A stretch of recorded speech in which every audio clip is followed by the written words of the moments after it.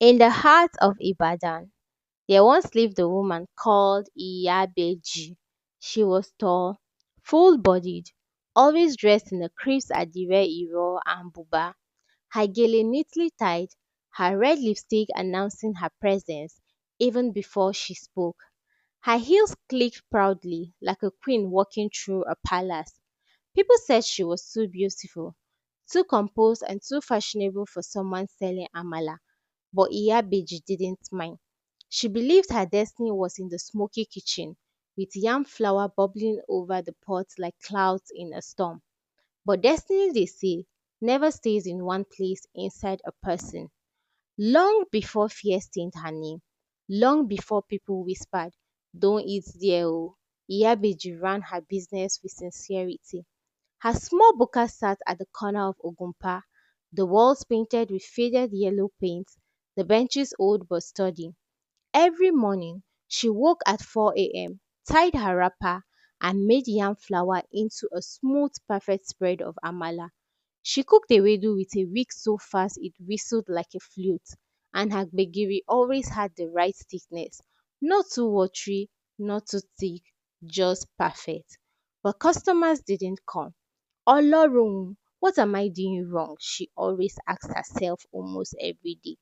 She watched as the other amala sellers formed long queues, their pots finishing before noon, while her own food stayed untouched until evening. Sometimes she sold nothing. Sometimes she returned home with tears. Sometimes she wondered if God had forgotten her. Her husband had died years ago, leaving her with their twins, two beautiful girls called Dasola and Damilola. Feeding them, paying their school fees, renting the shop, it all weighed on her. And so, though she worked honestly, sweat dripping from her brow into the smoky air of her kitchen, hunger clung to her like a persistent shadow.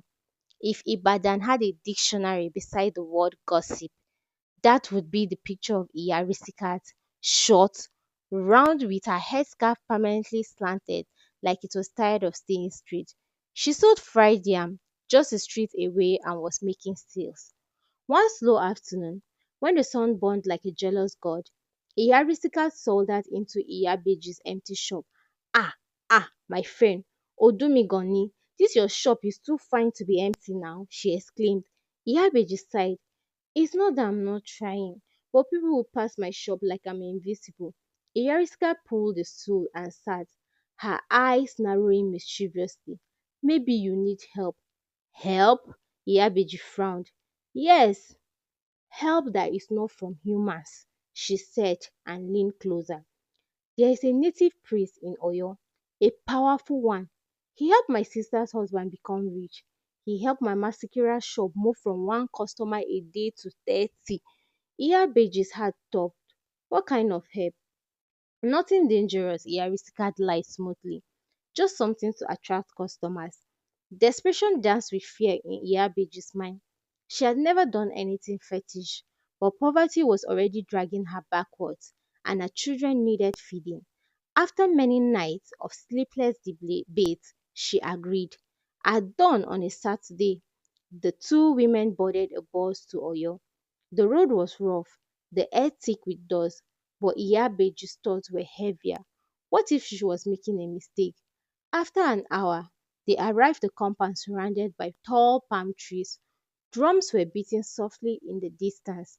Inside the compound was a shrine painted with ancient symbols. Cowries lined the windows. Smoke rose from a pot burning herbs. The native priest, Baba Olowu, was old, but his eyes were sharp like a hawk. "You seek prosperity," he said before anyone spoke. Iyabeji shivered. Yes, Baba. You want people to troop to your shop like ants to sugar? Yes, yes, Baba. He smiled, revealing the teeth stained with kola nut. You must pay a price. I will pay, Baba. Any amount, I will pay. No, he chuckled darkly. Not money, a different price. He lifted a small calabash and opened it.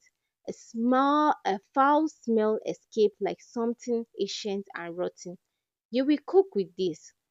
Iyabeji staggered back. What is this? Omiyoko. Water used to bathe the dead at the mortuary. Iyabeji gasped. Ah, Baba, I can't. You asked for success, Baba Olowo interrupted. I am giving it to you. Just a little of this water in your cooking daily. You will see wonders. Men will leave their wives' pots for your amala. People will borrow money just to eat at your shop. Iyarisika nodded encouragingly, like it was normal. Iya Beji's hands trembled. Is this not too dangerous? Nobody will die, the priest said. It is only spiritual attraction. Do you want prosperity or not? Her mind raced. She thought of her empty shop, of her children, and of hunger. After minutes of shaking, sweating, and praying silently in her heart, she agreed.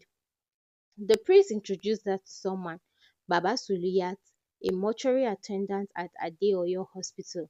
He was tall, thin, with tired eyes and a deep voice.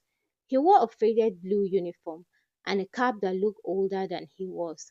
Every week, he said, I will bring the special water. You will add small amounts to your amala water. That is all. They agreed on a payment plan, and the rest became history. Within 2 weeks, something strange began to happen. People who had never noticed her shop suddenly felt compelled to stop by. At first, it was one man, then two, then five, then 10. Soon, her shop became so full that queues ran down the street. Women held babies on their backs while waiting. Men skipped office lunch to eat there. Bricklayers came with their helmets tucked under their arms. Bankers in suits losing their ties as they dove into bowls of steaming amala. Some customers borrowed to eat there. Some hid from their wives, wiping their mouths clean before they got home. A rumor spread that if you have not eaten Iyabeji's amala, your tongue has not tasted good life at all. Her shop doubled in size. She bought new benches. She decorated the walls. She wore new Iro and Buba every week. Her heels clicked louder. Her red lipstick shone brighter. The market women said, what exactly is this amala safe? But they kept eating. People became addicted as if their souls were tied to her ladle. Even other amala sellers shut their shop because business dried up completely. As her wealth grew, her humility shrank. Iyabeji stopped greeting elderly women. She spoke harshly to customers if they didn't move fast. She fired two assistants for minor mistakes. She wore more expensive lace wrappers, often posting pictures online captioned, Who God has blessed, no man can curse. But the elders say, when wealth enters the head, wisdom escapes through the ears. And that was how her downfall began. Every week, Baba Suliya delivered the mortuary water discreetly at night behind her shop. Their agreement was simple. He would supply, she would pay him his share. But as her fame grew, so did her greed. One evening, he asked as usual, carrying a steel keg. Iyabeji, my money, he said. She counted some notes and gave him. Baba Suliya frowned. This is not the amount we agreed on. I know, she said, adjusting her gele with arrogance. Business has been slow this week. He stared at the queue of people still waiting outside her shop. Slow? He asked. Yes, she snapped. Take this and go. He shook his head. This is not right. Are you the one cooking? Did you help me to go to the native place? I better go, Jerry. Don't stress me this night. He clenched his fist. Return my balance. I will not. Her voice rose like thunder. People nearby began to look their way. She hissed loudly and walked back inside her shop, heels clicking like gunshots.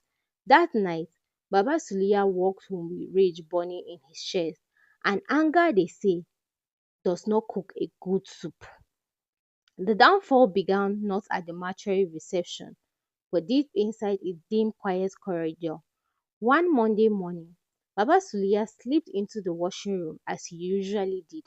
He carried an empty keg under his arm, the same one he had been using to collect the water meant for cleansing the cups. He was humming softly, unaware that someone else was nearby. That morning, a grieving family had come earlier than usual to prepare the body of their late uncle for his final rites. One of them, a young man named Tunde, had stepped out to retrieve an item from their car. On his way back, he noticed the washing room door slightly open. He paused. He saw Baba Suliyat bending over a corpse, the body of his uncle, collecting the water dripping from the washing process into his keg. For a moment, Tunde didn't understand what he was seeing. Then it hit him. The shock sent a jolt through him. He shouted, "What are you doing?" The attendants nearby rushed to the scene. Tunde charged into the room, grabbing Baba Suliyat by the collar. The keg fell, splashing the foul water across the floor. Within seconds, the entire family gathered. Voices rose, anger erupted, and chaos filled the room. "What are you using our father's water for? Are you insane? Explain yourself before we kill you here."